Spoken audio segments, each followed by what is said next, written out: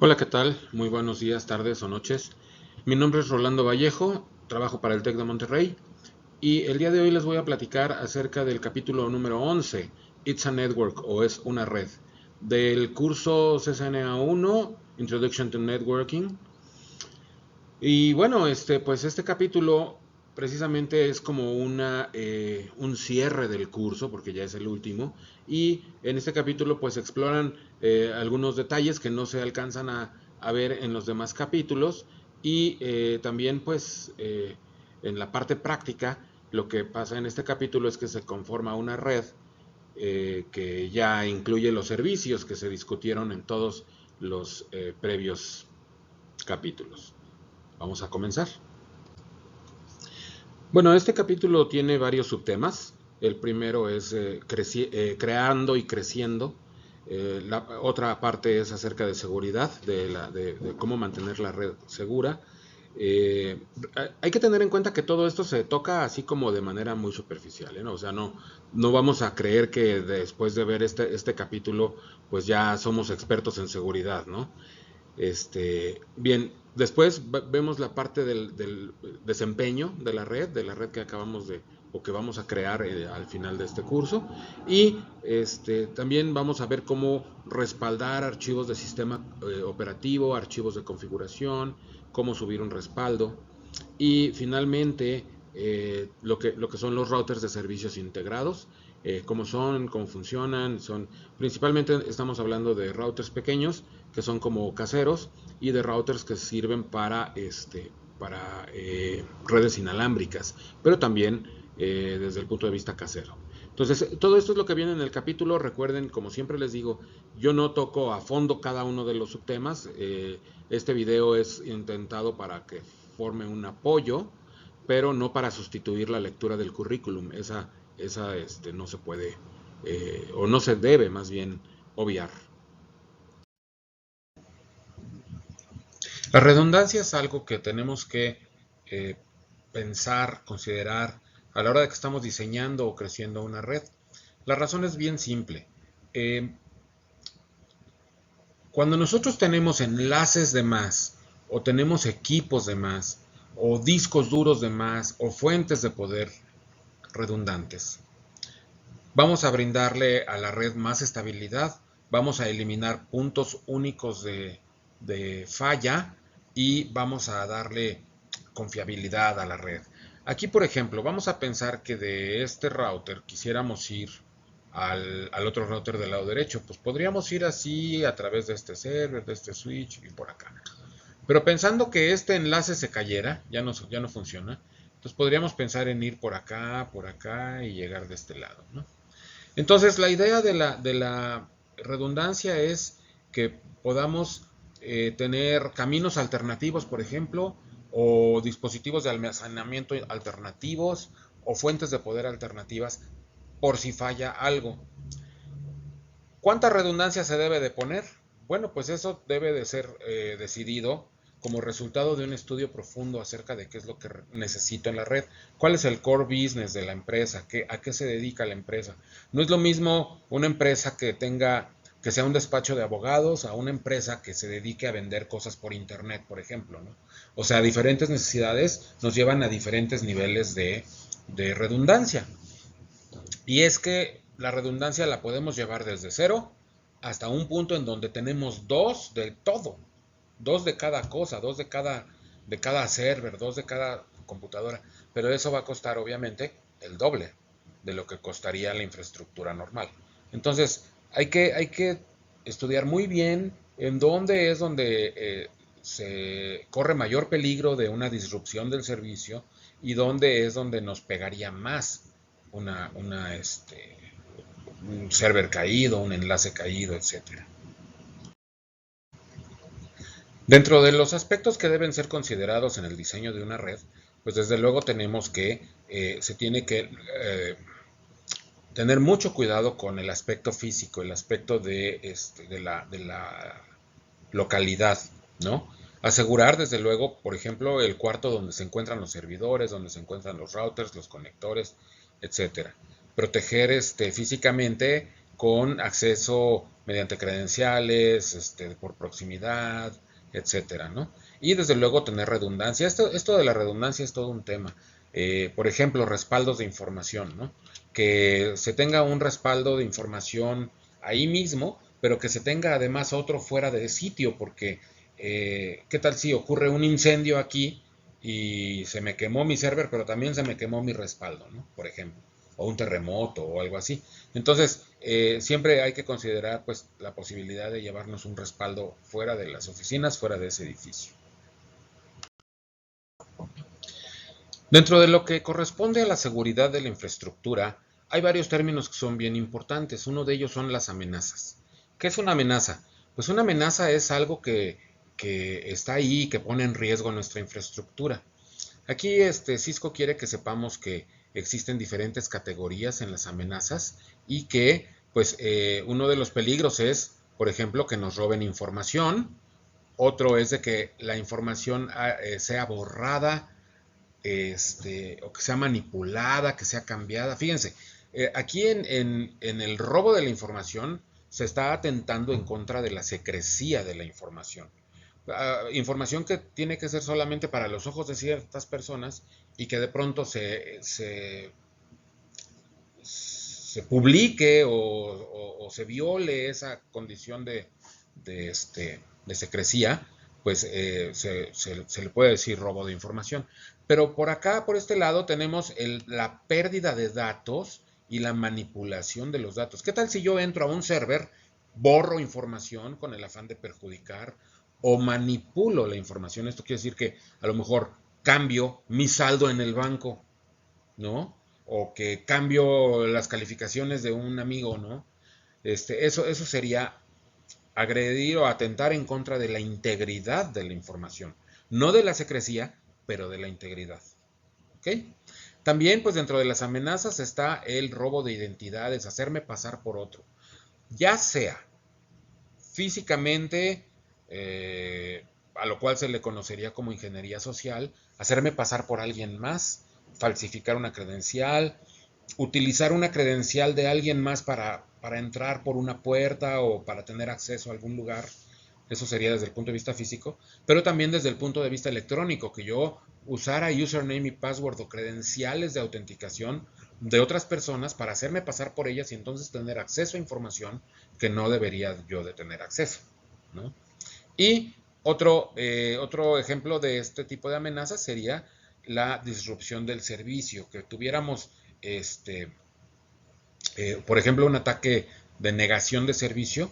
eh, Fundamentalmente lo que esto es que yo, por ejemplo, abro la página de eBay 40 millones de veces, la abro, hasta que no queda un solo hilo de ejecución y eBay ya no puede abrir su página a otro usuario legítimo.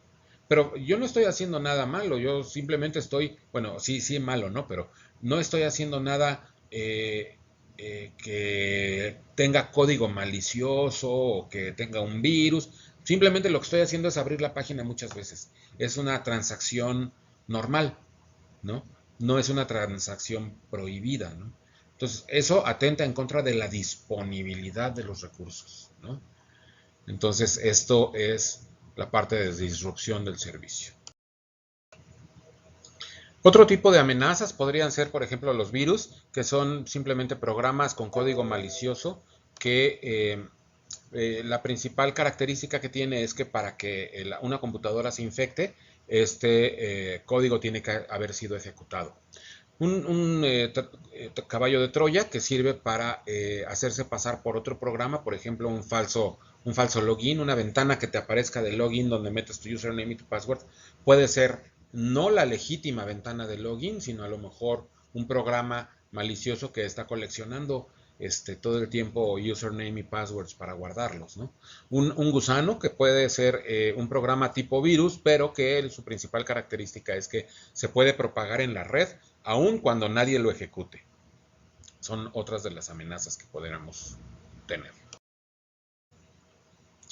Las vulnerabilidades tienden frecuentemente a confundirse con las amenazas. La amenaza es un riesgo que, perdón, no es un riesgo. La amenaza es algo que está ahí y que pone en peligro nuestra integridad o la de nuestros equipos o nuestros sistemas. Mientras que la vulnerabilidad es una debilidad propia de ya sea nuestro sistema, nuestra red, nuestro server, puede ser en el sistema operativo, puede ser en los programas que estamos corriendo. Las vulnerabilidades están en todas partes. Existen vulnerabilidades tecnológicas, vulnerabilidades de configuración y vulnerabilidades de políticas de seguridad. Voy a dar un ejemplo rápido de cada una de ellas. La vulnerabilidad tecnológica puede ser, por ejemplo, de una vulnerabilidad que viene ya de por sí en el sistema operativo Windows 8, ¿no? Por ejemplo, que tiene una cierta debilidad, que a lo mejor que por tal puerto que tiene abierto Windows 8, por ahí se puede meter a alguien, etcétera, ¿no? Una vulnerabilidad de configuración podría ser, por ejemplo, cuando tú instalas MySQL, te deja un nombre de usuario admin y un password por defecto, que es password creo, o algo así. Y si tú no cambias esa configuración, entonces tienes una vulnerabilidad, ¿no? Y un ejemplo de una vulnerabilidad de políticas de seguridad sería, por ejemplo, que el administrador de la empresa o el dueño de la empresa no considerara que el email solamente se puede leer dentro de las instalaciones de la empresa y no desde afuera, por ejemplo, ¿no? Entonces, bueno, estos son el tipo de vulnerabilidades. Hace ratito mencioné la palabra riesgo y esa palabra no viene mencionada en este capítulo. Bueno, pues ¿cómo se relaciona la palabra riesgo con amenaza y con vulnerabilidad? Justamente es de que tenemos vulnerabilidad, perdón, tenemos amenaza, algo que nos puede causar un problema. Tenemos que nuestro equipo o sistema es débil y si nosotros juntamos amenaza y vulnerabilidad, entonces vamos a tener un riesgo. ¿Ok? Esa es la forma en que se relaciona. Un riesgo es igual a vulnerabilidad más amenaza. Los ataques de reconnaissance o de reconocimiento son ataques que no cambian la información, no perjudican, no atentan en contra de la disponibilidad, tal vez de la secrecía, pero no de la disponibilidad ni de la integridad. Los ataques de reconocimiento son pasivos. Lo que se hace ahí son, por ejemplo, búsquedas en internet, barridos de ping, en donde quieres ver qué direcciones IPs están activas y cuáles no. Escaneo de puertos puede ser, por ejemplo, para ver cuáles son las vulnerabilidades de una máquina, por cuáles puertas te puedes meter. Y obviamente el uso de sniffers como Wireshark que nos permiten pues estar olfateando el tráfico de la red, ¿no? Entonces todos estos ataques son ataques pasivos, no perjudican la información, pero pues lo que intentan es averiguar cosas acerca de la red para ver cómo vamos a proceder con el siguiente paso, con el paso del ataque concretamente. Tenemos también los ataques de acceso. En los ataques de acceso, pues ya concretamente, primero se estudió, se hizo un reconocimiento, después ya cuando tenemos la información suficiente, accedemos, ¿no? Y una vez que estamos adentro, pues ya podemos hacer cosas como por ejemplo cambiar passwords, redireccionar puertos, etcétera, ¿no? Entonces, estos son los considerados ataques de acceso. El ataque de denegación de servicio es el que mencioné hace un ratito, ¿no? En donde hacemos muchas peticiones a un server, tantas que lo inundamos hasta el punto en el que ya no puede atender una petición más y entonces estamos atentando en contra de la disponibilidad del server.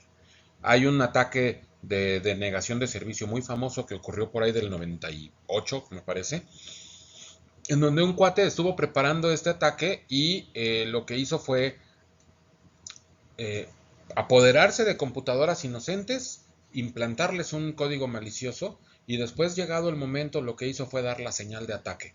A todas esas computadoras dijo, órale, atacar y el ataque consistía justamente en abrir la página, por ejemplo, de eBay muchas veces, ¿no? Entonces tiraron Amazon, tiraron CNN, tiraron Yahoo, me parece, y bueno, fueron como 6, 7 servers. Y la idea fue pues simplemente que no se pudiera, por ejemplo, Amazon no pudiera vender más libros. Al no poder dar un servicio, pues simplemente no podía con su core business, ¿no? No hay una manera de asegurar al 100% una infraestructura de red, un server, un equipo o lo que fuera. Pero se puede un poco mitigar los riesgos, ¿no?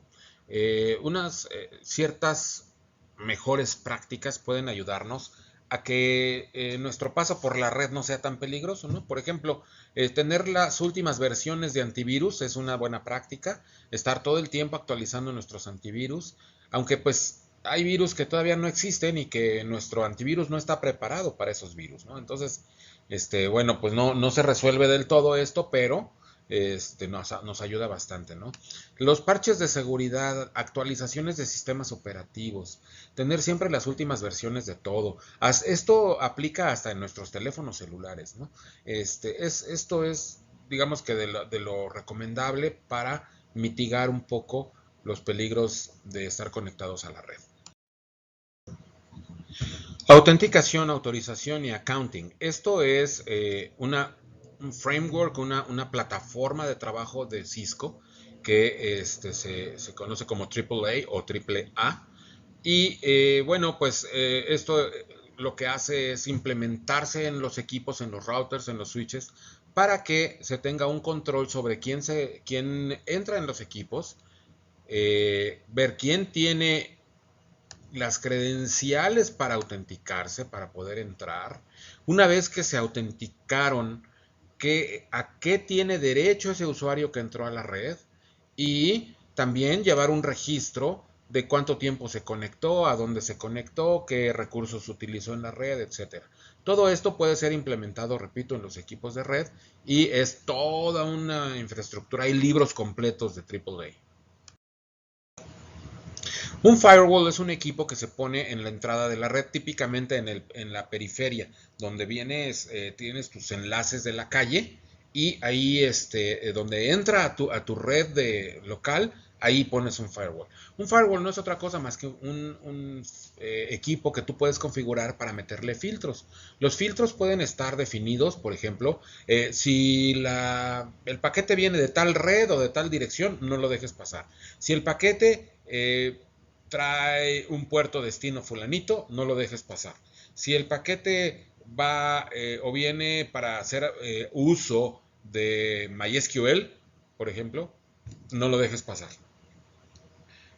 Si un paquete va a salir hacia una red que tiene un URL de www. Y que tenga alguna cadena de sexo, discriminación o algo así, no lo dejes pasar, ¿no? Entonces, es basado en aplicación, en paquetes, en encabezados de los paquetes a nivel de dirección IP, a nivel de puerto de aplicación, ¿no? Entonces, la idea es que o no permita el paso de ciertos paquetes de afuera hacia adentro, o no permita la salida de ciertos paquetes de adentro hacia afuera. Una de las buenas prácticas para asegurar los equipos y los dispositivos de red es cambiar los username y password por defecto que típicamente utilizamos. Ustedes vieron que durante el curso hemos estado utilizando el password Cisco o Class, incluso en algunas prácticas hasta Sanfran, por San Francisco.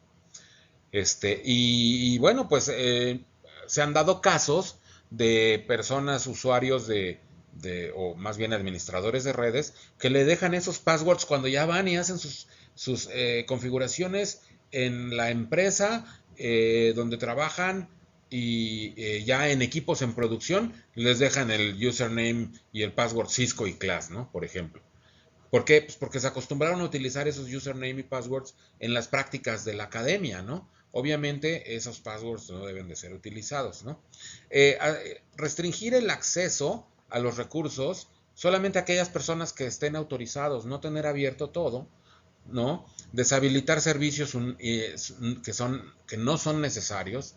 Por ejemplo, en los servers. Cuando tú instalas un Linux y instalas ese Linux como server, vas a tener en un principio abierto todo y ese server lo vas a poder hacer que se comporte como servidor de DHCP, servidor de web, servidor de correo, servidor de todo, ¿no? Y entonces, si tú quieres que ese equipo solamente sea servidor de DHCP, pues le deshabilitas todos los demás servicios porque cada aplicación que tú dejas abierta es un hoyo de seguridad por donde se pueden meter, siempre. ¿Ok? Y bueno, como ya dije anteriormente, estar al pendiente de las actualizaciones de los sistemas operativos, parches de seguridad, para que nuestro sistema operativo esté al día y no tenga las debilidades propias de un sistema operativo pasado. Aquí podemos ver ejemplos de passwords inseguros. Por ejemplo, Secret, Smith, Toyota. Todos estos passwords que tenemos aquí están basados en palabras de diccionario o en nombres propios, fechas de nacimiento, cosas que son muy fácilmente adivinables, ¿no? Estos passwords deben de ser evitados y debemos de utilizar mejor passwords fuertes, difíciles de adivinar. Mientras más alfabetos utilicemos, más difícil va a ser adivinar un password, ¿no? Aquí tenemos, fíjense, en ninguno de estos ejemplos tenemos mayúscula, pero las mayúsculas es un alfabeto, las minúsculas es otro alfabeto, los números y los símbolos especiales, como por ejemplo es este gorrito que está aquí, el arroba, etcétera. Se pueden utilizar ampersand y otras cosas, ¿no? Entonces, mientras más complejo es el password, es más difícil de adivinar, y mientras más largo es, también es más difícil de adivinar. Frecuentemente necesitamos tener acceso de manera remota a los equipos para administrarlos, ¿no? Una forma de tener acceso es vía Telnet, que es una de las aplicaciones de capa de aplicación que nos sirven para abrir una ventana virtual hacia el equipo en red y poder administrarlo. El problema de Telnet es que todo el texto, todo lo que tú tecleas, tanto el username, el password, como todo lo demás que estás tecleando, viaja en texto claro. Y cualquier persona que tuviera acceso a la red mediante un sniffer puede estar cachando todo lo que tú estás tecleando en el equipo, ¿no? Incluyendo el password. Entonces, es una buena práctica deshabilitar Telnet y habilitar Telnet. Perdón, habilitar Secure Shell o SSH, que es lo mismo que Telnet, pero encriptado. Entonces, para hacer esto, fundamentalmente lo que hacemos es entrar a modo de configuración global y teclear el comando IP domain name y poner un nombre de dominio, el nombre de dominio que corresponde a la empresa, ¿ok? ¿Por qué razón es importante poner el nombre de dominio de la empresa? Bueno, pues simple y sencillamente porque este nombre de dominio es utilizado para generar números aleatorios de llaves de encripción. Si no tecleamos este comando, no va a funcionar la encripción, ¿ok? Después, tecleamos el comando que crea un par de llaves para conectarse de manera encriptada. Crypto Key Generate RSA General Keys Modulus 1024. Lo que va a hacer este comando es crear un par de llaves, una llave pública y una llave privada. La llave privada la va a guardar el router, la pública la va a poder repartir, porque cuando alguien quiera comunicarse con este equipo va a usar su llave pública para cifrar y este equipo va a usar su llave privada para descifrar. ¿Ok? Entonces, eso es lo que va a ocurrir con este comando. Y lo que viene aquí en todos estos renglones es justamente la respuesta del router en donde ya se está generando el par de llaves. ¿Ok? Ahora, después creamos un username y un password. En modo de configuración global tecleamos username, Bob, en este caso es el usuario, secret Cisco, en este caso el password es Cisco y va a estar encriptado. Y ahora lo que tenemos que hacer es decirle a las líneas de terminal virtual que ya, primero, login local va a ser el username y el password, búscalos en la base de datos de username y passwords que tenemos aquí localmente. Transport Input SSH es, ya no dejes pasar Telnet por aquí, solamente deja pasar Secure Shell. Y con Exit, bueno, pues nos salimos de la ejecución de estos comandos. Sabemos que el ping es una herramienta para diagnóstico de conectividad en la red que nos permite saber pues, si hay conectividad hasta capa 3, ¿no? Entonces es importante saber interpretar lo que nos dice el ping una vez que lo tecleamos. Por ejemplo, un signo de admiración dice que o nos indica que el ping o que el ping o la petición de eco llegó bien y que además fue bien contestada esa petición de eco, lo cual nos hace pensar que de aquí hasta allá hay un camino, todo está bien y de regreso también, ¿no? Cuando hay un punto en lugar de un signo de interrogación, Lo que nos dice esto es que el tiempo expiró. Es decir, cuando yo mando un ping, le doy un tiempo de vida y pienso, y digo, ok, si no regresas en 2 segundos, ya te voy a dar por muerto, ¿no? Entonces, eso es lo que ocurre cuando ya se cumple ese tiempo que yo le di y no recibí ninguna respuesta. El tiempo expiró y entonces, por lo tanto, debe esto interpretarse como que hay algún problema en la red, ¿no? Una U nos indica que la red a la cual estamos tratando de llegar no está accesible. No sabemos llegar a la red o tal vez el dispositivo no está disponible, no alcanzo a llegar hasta allá. Y una U debe de interpretarse diferente a un puntito en el sentido de que la U dice el equipo está inalcanzable y el puntito es simplemente el tiempo de vida expiró. El ping extendido es una herramienta también invaluable para probar conectividad de red. Puede ser que a lo mejor ya alcanzamos a llegar bien y todo, pero la red está lenta o no sé, hay otras cosas que se pueden probar. Por ejemplo, yo puedo cambiar la dirección de origen del ping para saber si ese equipo que está allá sabe llegar a otra de mis direcciones, de otras interfaces, ¿no? Por ejemplo, por defecto se mandan 5 pings, pero yo pudiera querer mandar 100 o 1000 o, o 2 nada más, ¿no? ¿Esto para qué? Pues simplemente para a lo mejor hacer un ajuste en la red mientras el ping está ocurriendo, a ver en qué momento se cae la comunicación, en qué momento se interrumpe, ¿no?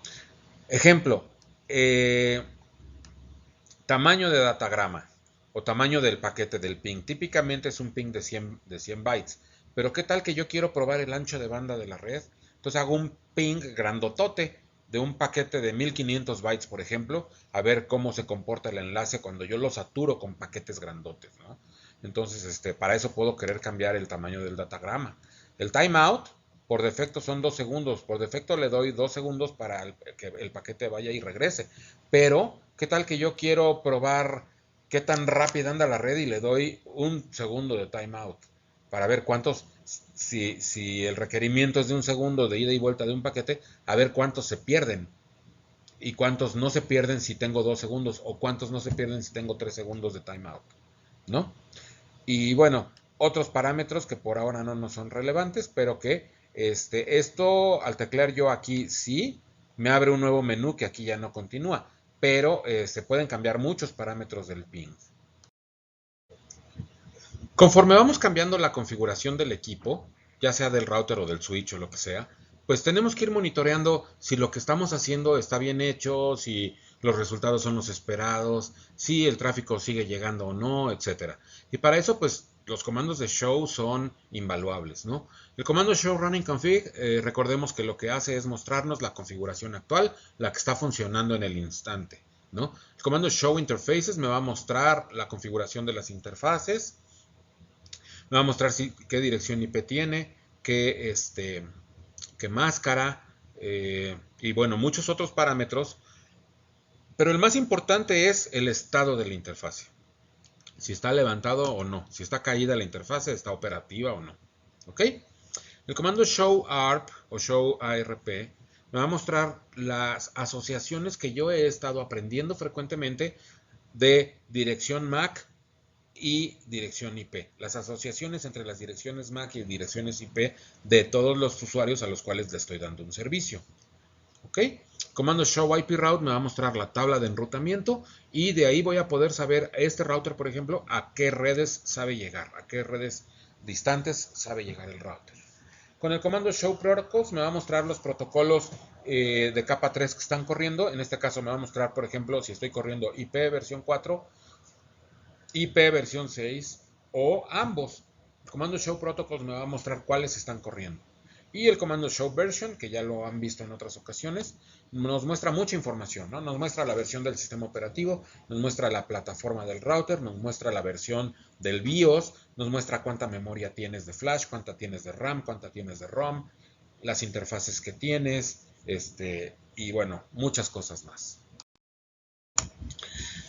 Recordemos que Cisco Discovery Protocol o CDP es un protocolo propietario de Cisco que es un protocolo de capa 2 que corre en los equipos de la marca Cisco. y que sirve simplemente para descubrir los vecinos que yo tengo directamente conectados. Un router puede estar conectado con un switch y ese switch con otro router, etcétera. Bueno, pues entre equipos de Cisco se van a descubrir unos a otros mediante el uso de este protocolo. Y bueno, pues si quiero saber qué es lo que está conectado ahí en mi red, puedo teclear el comando show CDP neighbors y entonces lo que me voy a encontrar es, por ejemplo, que tengo un vecino switch 3 que está conectado en mi interfase Fast Ethernet 0, que dentro de 151 segundos lo voy a dar por muerto, porque si no recibo más paquetes de él, pues tengo que asumir que se desconectó y que ya no está ahí. Ajá. Que sus capacidades se tratan de que es un switch, ajá, y que pues es una plataforma 2950 y que la interfase de él que está utilizando para conectarse conmigo es la Fast Ethernet 0 diagonal 6, ¿no? Entonces esa es la información que puedo yo obtener mediante el comando show CDP neighbors. Si yo tecleo show CDP neighbors detail, entonces voy a encontrarme incluso sus direcciones, cuántas interfaces tiene, etcétera. El comando showIPInterfaceBrief me va a mostrar todas mis interfaces y me va a mostrar sus direcciones IP, su estado, si está funcionando o no, y cómo fue que se configuraron esas interfaces, el estado. ¿Ok? El protocolo de capa 2, si está funcionando o no. Y bueno, pues puedo hacer un ping para verificar y si hago el ping y me encuentro con signos de admiración es que está bien. Y incluso puedo hacer un trace route para ver cuáles son los saltos que tengo que dar para llegar hasta ese dispositivo. TFTP es un protocolo de transferencia de archivos como FTP. A diferencia de FTP, TFTP y esta T es por trivial FTP. Lo que pasa aquí es que TFTP utiliza UDP como medio de transporte. Esto quiere decir que los archivos pueden bajar de un punto a otro de la red de manera más rápida, pero de manera menos confiable. Siempre que utilicemos UDP, pues no hay garantía de entrega de paquetes, pueden llegar en desorden, y en el desorden en el que lleguen así se ensamblan. Entonces, no es muy recomendable utilizar TFTP, pero es el método preferido por Cisco para bajar archivos o respaldar, por ejemplo, sistemas operativos de un router a una computadora para que después, si ese router se queda sin sistema operativo o se corrompe, desde la computadora puedas volver a subir el sistema operativo, ¿no? Entonces, ¿por qué con TFTP? Bueno, pues para que sea más rápido y sobre todo considerando que no lo vas a hacer, no vas a hacer una conexión a través del mundo, al otro lado del mundo, sino que como eres el administrador de esta red, lo vas a hacer aquí mismo, ¿no? En corto, tal vez con un cable cruzado que esté libre de errores y entonces así bajas tu sistema operativo del router a la computadora, ¿no? Para esto se requiere del comando copy. Tenemos copy y hay que recordar que la sintaxis del comando copy es copy de dónde a dónde. Y entonces en este caso estamos copiando la configuración actual, el running config, ¿a dónde? A un servidor de TFTP. Cuando yo tecleo el comando copy running config TFTP, me va a mostrar, me va a pedir algunos datos, como por ejemplo, en qué otra computadora está corriendo el TFTP server, hacia dónde voy a mandar esta configuración, ¿no? Luego me pregunta el nombre del archivo que le voy a poner a la configuración. Y después me dice, bueno, ya estoy escribiendo en el equipo Tokio y el archivo Tokio.2, ya lo estoy copiando y listo, todo ok. Noten esto, puede haber varias combinaciones de copy y TFTP. Por ejemplo, puedo ponerle copy flash TFTP y lo que voy a hacer es copiar lo que está en flash, que es el sistema operativo. Si pongo copy startup config espacio TFTP, lo que voy a copiar es el startup config, la configuración de inicio. Pero también puedo hacer, por ejemplo, copy TFTP flash. Lo que voy a hacer es copiar del servidor de TFTP a mi memoria flash. En este caso estaría yo recuperando un respaldo del sistema operativo. Copy TFTP running config. Lo que estoy haciendo es jalar una configuración del servidor TFTP que previamente guardé para ponerla en running config.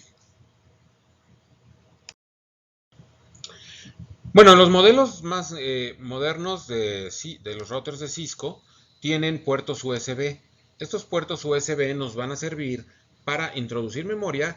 Estas memorias de USB tienen que estar formateadas en el formato de FAT16 y eso me va a permitir copiar más fácilmente un sistema operativo de un router a otro, ya no necesariamente por medio de TFTP, sino simplemente ahí directamente en la memoria USB. Puedo pasar el sistema operativo a una memoria flash de USB y luego pasarla a la computadora simplemente para guardar el respaldo, ¿no? Entonces, esta es una característica que pues se le pidió mucho a Cisco y que en los routers más nuevos ya está saliendo. Y entonces en este caso es muy similar el comando, ¿no? Solo que ahora el destino va a ser, por ejemplo, el origen running config, copy running config, espacio, USB flash 0, dos puntos diagonal. Sería el comando a teclear para que de running config se vaya a la memoria flash, ¿ok? Y entonces desde luego nos pregunta cómo quieres que se llame el archivo y luego ya nos dice copiando y bueno, todo listo, ¿no? Y aquí, bueno, en este ejemplo de abajo es justamente lo mismo, aunque en este caso ya la configuración que se había copiado ya existía en el equipo remoto y pues simplemente nos dice, oye, ya existe, sí o no, lo sobrescribo o qué hago. Y bueno, como siempre, les agradezco mucho la atención a este video. Eh, Recuerden que este video no sustituye la lectura del currículum. Ustedes tienen que leer el capítulo para que se enteren de todos los detalles de los conceptos. Aquí esto, recuerden que se trata solamente de un resumen del capítulo. Gracias y buenos días, tardes o noches.